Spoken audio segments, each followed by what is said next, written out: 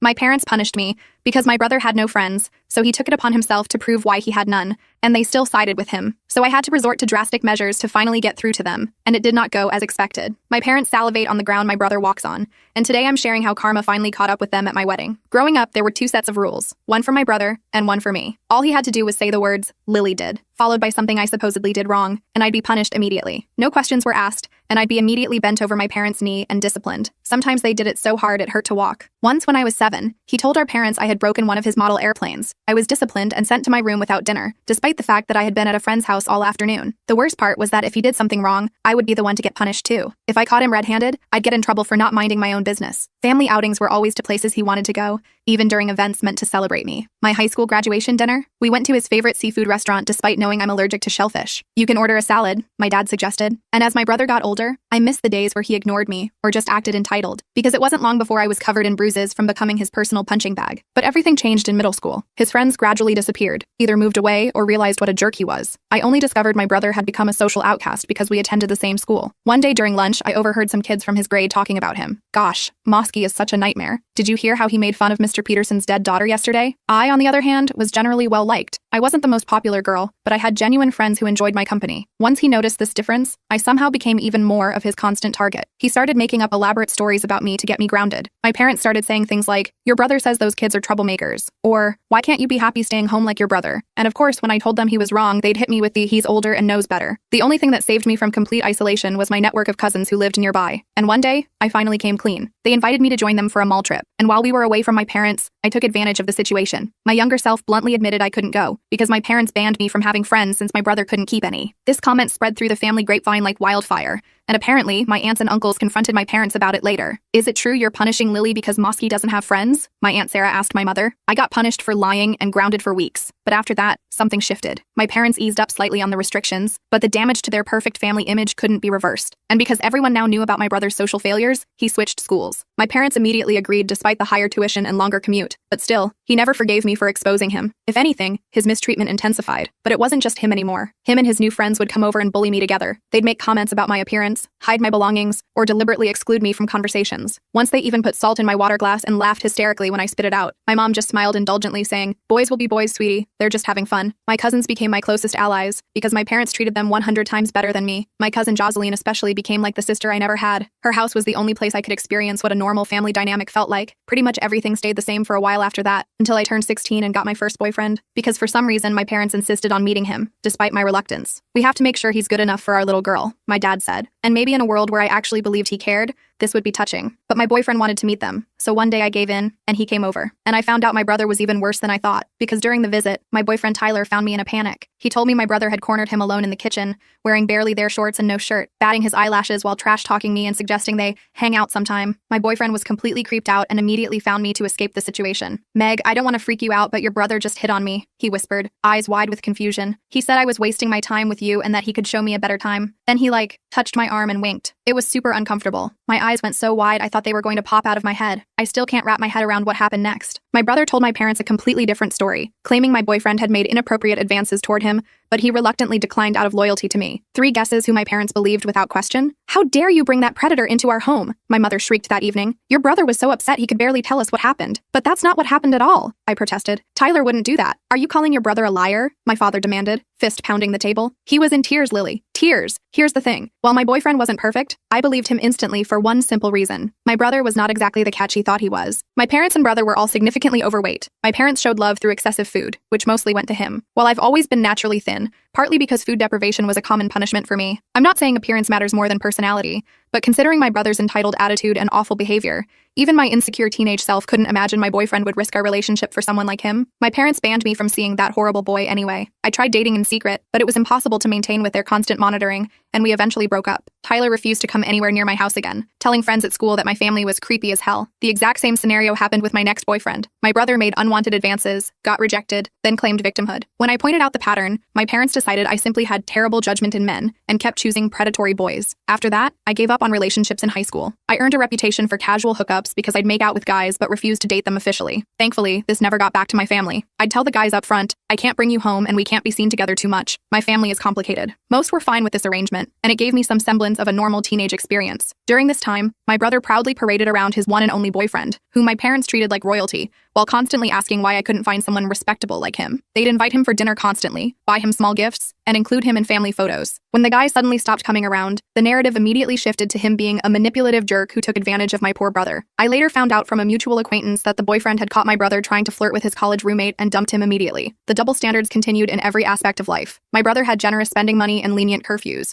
while I was restricted and monitored. When I pointed out the unfairness, my parents would say, "He's older." But when I reached his age, nothing changed. When I called them out again, they'd either deny ever making the age argument or claim I simply couldn't be trusted like he could. When my brother graduated high school, he got accepted to a mediocre college with no scholarships or honors. My parents made an enormous celebration with catered food, decorations, and even hired a photographer. "We're so proud of you, son," they gushed. The first in our family to attend university. They promised to cover all his expenses, including a private apartment off campus because dorms aren't conducive to academic excellence. I was silently relieved he'd be moving away, but it barely improved my situation since he came home most weekends and somehow always managed to notice things missing from my room or create other problems. About a year later, my mom sat me down for a serious talk about my upcoming graduation. She explained that since they were funding my brother's education, they couldn't afford mine, suggesting I should start working immediately after graduation and wait until he finished college to see if they could help me. Oh, and if I wanted to continue living at home, I'd need to pay rent, utilities, and buy all my own necessities. "We just want you to learn responsibility," she said with that fake concerned expression she'd perfected. "Mosky is pursuing higher education,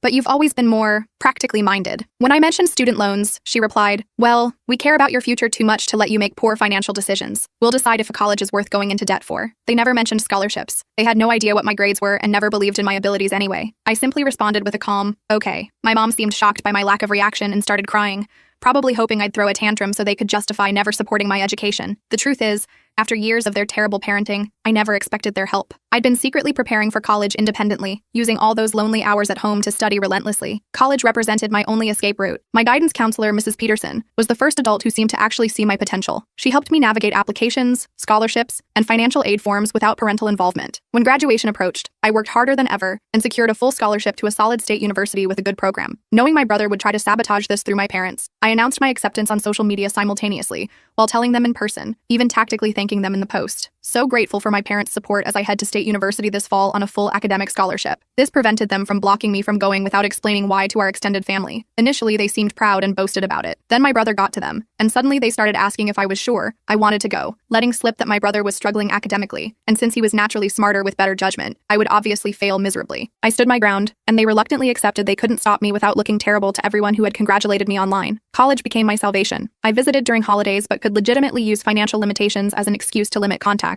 During this time, my brother dropped out of college, moved back home without paying a cent in rent or bills, and got hired at my mom's workplace through her connections, which they presented as some incredible achievement. This is where the story gets interesting. I met my husband during junior year in an economics class. He sat next to me on the first day and immediately impressed me with his confidence and wit. When the professor made a terrible joke, he leaned over and whispered, "I think we're paying tuition for dad jokes now," making me laugh for the first time in weeks. He's my complete opposite in handling conflict. Where I'm non-confrontational and usually think of perfect comebacks hours later while lying awake at night, he's quick-witted and never hesitates to stand up for himself. While I cry when angry, he becomes icily calm and strategic. If he doesn't immediately respond to an insult, you should worry. It means he's planning something more calculated than a simple retort. Our first date was at a small Italian restaurant near campus. When the waiter accidentally spilled water on the table, I immediately apologized out of habit, even though it wasn't my fault. My future husband noticed this and gently said, "You don't need to apologize for things that aren't your fault." That simple statement hit me like a revelation. We talked for hours that night, and I found myself sharing details about my family that I'd never told anyone. "That's not normal," he said firmly when I described my childhood. "That's abuse, Lily. You deserve better." When we decided to get married after dating for 2 years, we agreed to keep the ceremony modest since we wanted to splurge on a dream European honeymoon instead. Since his family was scattered nationwide while mine was concentrated in my hometown, where we lived about 90 minutes away, we chose to hold the wedding there. After sending engagement announcements, my parents demanded to meet my fiancé. I reluctantly agreed but promised myself I'd never leave him alone with my brother. Hilariously, my husband was thrilled about the meeting. He'd heard so many stories about my family's treatment of me that he was practically giddy with anticipation. He even purchased a high-quality voice recorder to secretly document whatever nonsense they might try. He went alone to meet them despite my reservations. "Trust me," he said, kissing my forehead. "I can handle them." He returned absolutely ecstatic. "Babe, you won't believe what they proposed. We can absolutely destroy them with this," he said, barely containing his excitement. According to the recording he played me, my parents and brother had sat him down and, after some obligatory complaints about my poor judgment, offered to contribute financially to our wedding on one outrageous condition. My brother would walk down the aisle before me, wearing a tuxedo identical to the groom's, and would be featured prominently in the wedding photos and even have his own special cake. "We're willing to help with the wedding costs," my mother's voice said on the recording, but Mosky has always dreamed of being in a wedding. "It's not proper for a younger sibling to marry first," my father added, "so this would give him the experience he deserves." My brother's voice chimed in. "I've even picked out the tux I want. It should match yours exactly so we look like a matched set in photos." My husband's perspective, when they suggested this lunacy like it was some generous gift, my brain literally short-circuited. I had a dozen insults ready to launch, but something stopped me. A little voice whispered, "Play along and make them pay." So I told them I needed to consult with my fiancé while secretly planning our counterattack. Rather than falling into depression over this final betrayal, my husband's enthusiasm for revenge energized me. We spent days brainstorming options, from outlandish schemes to more practical approaches. We eventually consulted his level-headed brother, who talked us out of our more legally questionable ideas and helped us settle on the perfect plan. My husband returned to my parents alone, acting conflicted. He told them he'd tested the waters with me and didn't think I'd agree to their proposal. However, he personally saw no issue and wanted to keep the family peace. He cleverly suggested that surprising me on the wedding day might work since I hate confrontation and wouldn't cause a scene in front of guests, especially if they helped pay for the wedding, making me feel obligated to comply. The brilliance came next. He convinced them that due to my trust issues from past relationships, using their own accusations against me, I frequently checked his phone and monitored his communications. Therefore, nothing about their brother walking down the aisle plan could ever be in writing. All discussions would have to happen in person at their house. "She gets very paranoid and reads all my texts and emails," he explained. "It's just easier if we keep this arrangement verbal. She'd be devastated if she found out before the wedding." My mom nodded sympathetically. Mosky's ex was the same way. So controlling. We understand completely. Thus began months of elaborate deception where my parents and brother thought they were manipulating me, while we milked them financially. My parents insisted on controlling wedding details, but my husband persuaded them to let me have small victories on things like songs and colors to keep me manageable. Here's how we executed our scheme. When selecting catering options, we'd initially agree to budget-friendly choices. Then my husband would secretly take my brother for a tasting, sigh dramatically, and say, "Too bad we can't get the premium package. We don't want to take advantage of your parents' generosity." On cue, my brother would demand my parents upgrade us to the most expensive option. They'd then generously offer to cover the premium package as a surprise. We repeated the strategy with the photographer, flowers, venue upgrades, everything. My husband would craft these scenarios perfectly, playing on my brother's insecurities and my parents' obsession with appearances. He'd mention how unfortunate it was that we couldn't afford the luxury options, knowing my brother would immediately want the best for himself. The only hiccup came with the wedding dress when my mother tried to force me into a hideous gown that wouldn't flatter me. She texted me about it, breaking their no written evidence rule, so I had to genuinely refuse. My brother suggested they accidentally damage my preferred dress, so I'd have to wear their choice. My husband pretended to love this idea. Throughout this time, my brother did make several clumsy attempts to flirt with my fiancé, who played along just enough to keep our con going, acting torn between loyalty to me and attraction to my brother. We ended up with an extravagant wedding that would have been completely beyond our means, all funded by my parents. We called it back payments for emotional damages. The venue was upgraded to include fairy lights and extra florals. The menu featured premium options like filet mignon and lobster, and the bar was fully stocked with top-shelf liquor. On our wedding day, the plan my family had secretly arranged was for my brother to arrive right when everyone was seated, when the bride typically makes her entrance. He would walk down the aisle in his tuxedo before I even realized what was happening, making it too late for me to object. We hired professional security but kept them initially discreet, just a woman checking names at the entrance. Only after my parents were seated did we position our intimidating male security guard at the door with specific instructions not to admit my brother under any circumstances. When it was time for the ceremony to begin, my dad received a text that my brother was nearly there. He signaled my bridesmaids to start without conferring with me, and positioned himself at the entrance to walk me down the aisle. As the bridal music began playing, the doors opened, and I appeared in my gown. My dad looked utterly shocked to see me instead of my brother. His face drained of color, and his mouth actually fell open. He frantically looked behind me but couldn't see what was happening at the venue entrance. His phone started ringing. It was my brother, and he mumbled, "Something came up," before abandoning me at the altar to answer it. The guests gasped in confusion. A friend who was in on our plan loudly asked what happened. I tearfully said, "He told me it wasn't supposed to be me walking," which wasn't entirely acting. I was genuinely hurt despite anticipating this behavior. My friend loudly repeated, "What did he mean it shouldn't be you?" ensuring everyone heard,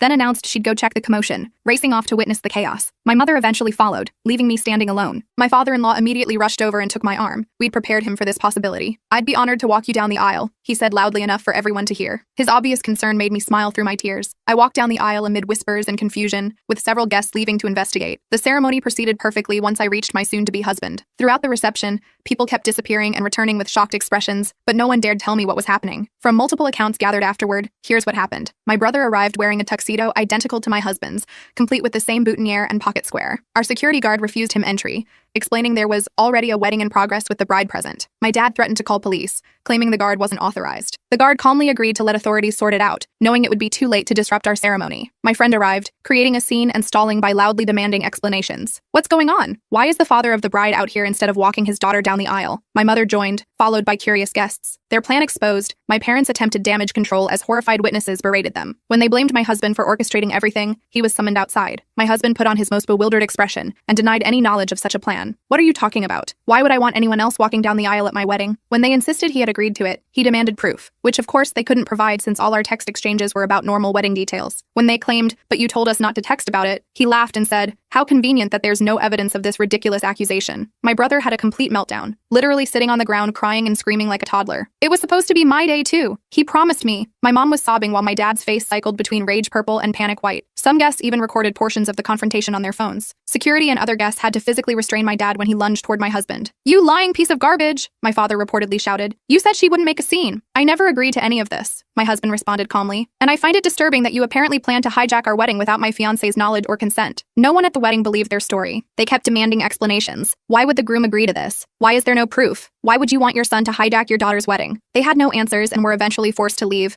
with my dad literally dragging my screaming brother off the ground. Everyone at the reception spared me the details, allowing us to enjoy our extravagant celebration. We danced, cut our beautiful cake, and soaked in the love from everyone who truly cared about us. Afterward, my parents and brother bombarded me with calls, which I ignored on my husband's advice to maintain a paper trail. My brother eventually sent unhinged text messages blaming me for humiliating him, calling my husband a two-faced snake who fooled them for months, and claiming my husband was secretly cheating with him. "Your husband has been leading me on for months," one message read. "He told me he was only marrying you as a cover. Ask him about our private tastings." My brilliant husband compiled screenshots of their harassment, call logs, and threatening messages they sent him, then shared everything in our extended family group chat. He maintained his innocence and publicly begged my family to help stop the harassment that was ruining our honeymoon. He even requested they not share our location to prevent my brother from showing up, claiming my husband had somehow agreed to sleep with him in our honeymoon suite. My extended family assured us they'd handle the situation, and we've had peace since then. My aunt later told me she'd had a come to Jesus conversation with my parents about their behavior throughout my life. While I would have preferred having loving family support at my wedding, for once in my life they not only failed to ruin something important to me, I actually got my revenge. FAQ: why did they treat me this way? I've wondered this my entire life. My best guess is that I was an unplanned pregnancy. They tried for years to have my brother, so he was their miracle baby. Given our small age gap, I think I was an unexpected surprise they weren't prepared for financially or emotionally. But honestly, no reason would justify their behavior. Did they really think this would work? My husband and I suspect they never actually intended to go through with it. My brother probably threw a tantrum about me getting married when he can barely get dates, and they made this ridiculous proposal expecting rejection. They could then look supportive to my brother while having an excuse not to contribute financially. When my husband unexpectedly agreed, they were trapped in their own scheme.